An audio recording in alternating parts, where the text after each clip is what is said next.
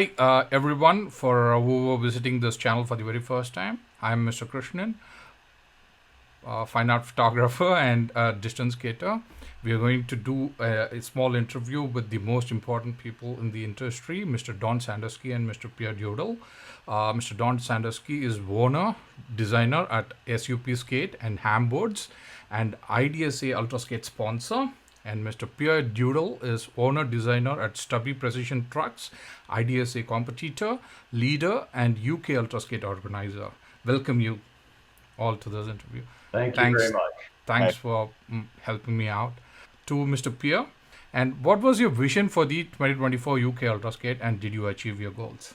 Absolutely. I mean, the story really kicks back and started back in 2023 during the first edition.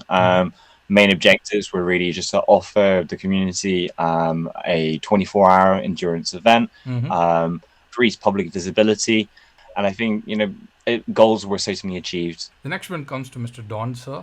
How did the UK Ultra Skate go for you, 2024? Well, the UK Ultra Sport exceeded all of my expectations in many ways. There were people from France and from Germany that I had these relationships with through social media. And I got an opportunity to meet these people. And then, of course, learning to work with Pierre was an extraordinary experience. I learned something really important about England. It can be really cold in the summertime. The execution on the event was flawless. And we got to participate in some of the preliminary events on the Friday night before the main event. The embrace of the concept of adding the pole to the sport was overwhelming. Several people decided to kind of change disciplines overnight and ended up using the pole the next day, which was terrific. So the next question comes to Mr. Pierre. Was the SSUP category embraced by UK Ultra Skate 2024 participants, and do you have any concerns? We're always happy to embrace new participants in new categories. Generally speaking, the only kind of criteria for me is kind of doing my due diligence and ensuring kind of the safety of the riders. So ultimately, if it wasn't safe, we would have to ask people to leave the track. But certainly, as far as subskate, we're very keen to support that discipline.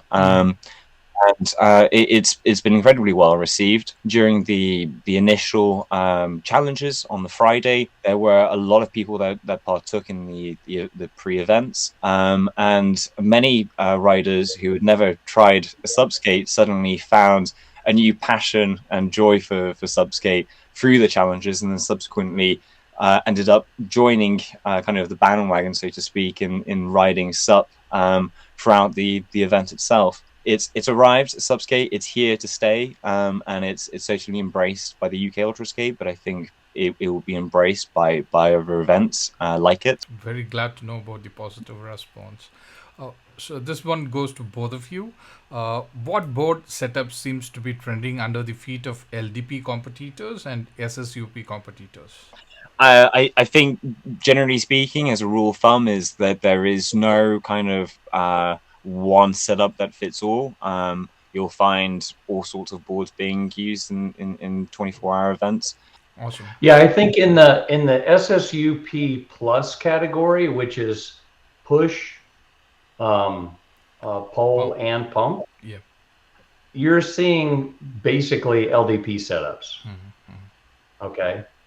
But in the SSUP category where you don't push, we're seeing kind of flat decks, longer decks. So, but it's all good, and it looks like every single time we go to a ultra skate event, our SSUP people are actually doing better and better all the time. This question is towards Mr. Don, sir. I have noticed in some of your social posts you've been evaluating new truck designs and decks. Have they been race tested before? Like, what drives your R&D concepts, and do you have anything new coming out? Sure. So our Subskate brand is kind of born out of the Hamboards tradition of the trucks designed. Basically, Hamboards makes long boards, Mm. long carving boards, Mm. or long surf skates Mm. for surfers. Mm. So we're about engaging the rail. We think about getting the rail in the water to make the turn and the carve. But Subskate is kind of born out of that and kind of transitioned into this endurance skate pulling side of things. Mm. Mm. That's awesome, sir. That's awesome. Uh, Yeah. One more question for Don, sir, again. Mr. Pierre usually competes as an individual, but you participate on 4-person relay teams. Please explain the relay team strategy. Generally, and I learned this from other people. Leonard Leffler from Miami is the guy that came up with this concept and taught it to me. Mm. We've got 4 guys on a team, or 4 people. It's not just guys. Mm. Mm. 1 does 2 laps, 2 does 2 laps, Mm. 1 does 2 laps, 2 does 2 laps, Mm. and then 3 does 2 laps, and 4 does 2 laps, and then you keep cycling through that. Mr. Pierre, Yeah. you have something to add to it? Yeah, absolutely. Well, I think as far as strategy is concerned, I mean, we could be at it all day, and teams find their own ways and their own rhythms as they go along. Mm. By comparison, having a team is a great opportunity to have. Smaller time slots. It's more tangible. So there's a great opportunity there just to be involved. But equally to that point, so this year we introduced the anonymous teams, which was a substantially reduced registration fee for the event, and it basically meant that you were pooled to be part of a team. And to build on that, that is such a creative concept and such a good idea. And I'll bet you $5 that those guys that went on that anonymous team have formed lifelong relationships and friendships. Because when you're a warrior out there doing something that demanding, you can't help but fall in love with the other people you're riding with. It's true. That's awesome. Yeah. That's awesome. My next question is about the entire event here.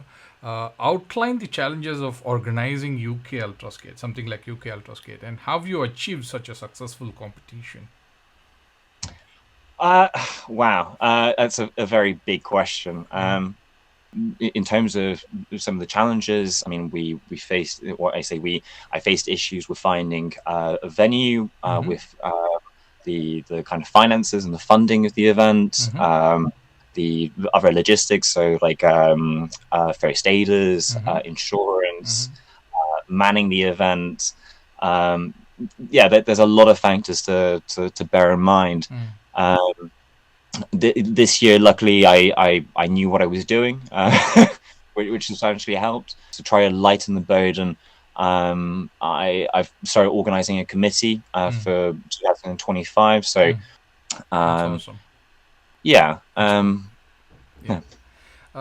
You're both creating innovative gear for use in endurance skating. Please compare your approaches and how they complement each other. I can do it. Yeah, go for it. I'll add. So we do have kind of different but complementary approaches. I think that I'm coming at these competitive events from a water background. So all of the gear that I designed has in mind the surfer, the sup racer. So I'm looking at the sport from bringing new people into endurance skateboarding that aren't even skaters. And so all of my gear is kind of designed with them in mind. Cool. Yeah. Cool.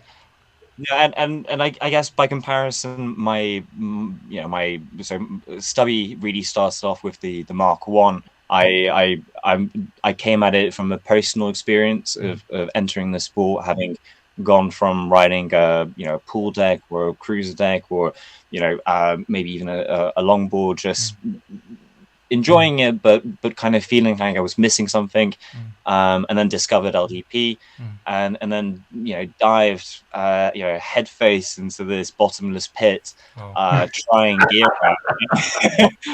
and it's a never ending rabbit hole. But instead of the price tag of 20 trucks, you've got one truck that does many things. That's awesome. That's awesome. How can we grow our audience in this sport, like long distance skating and SUP plus. Effectively, what's lacking is potentially the officialization of the sport and the acknowledgement of the sport as a sport beyond just a fad or a cultural trend or a pastime. Skateboarding has obviously come back into the limelight in recent years with street and park skateboarding entering the Olympics.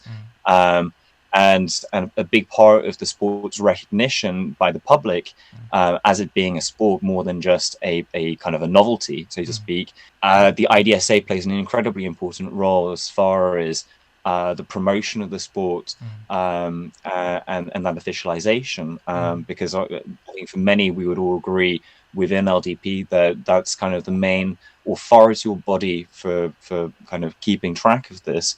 On a larger, broader perspective, I think what will ultimately be required is some kind of collaboration with, say, World Skate, Skateboard GB, and a few other large associations. That's a noble thought. Yeah.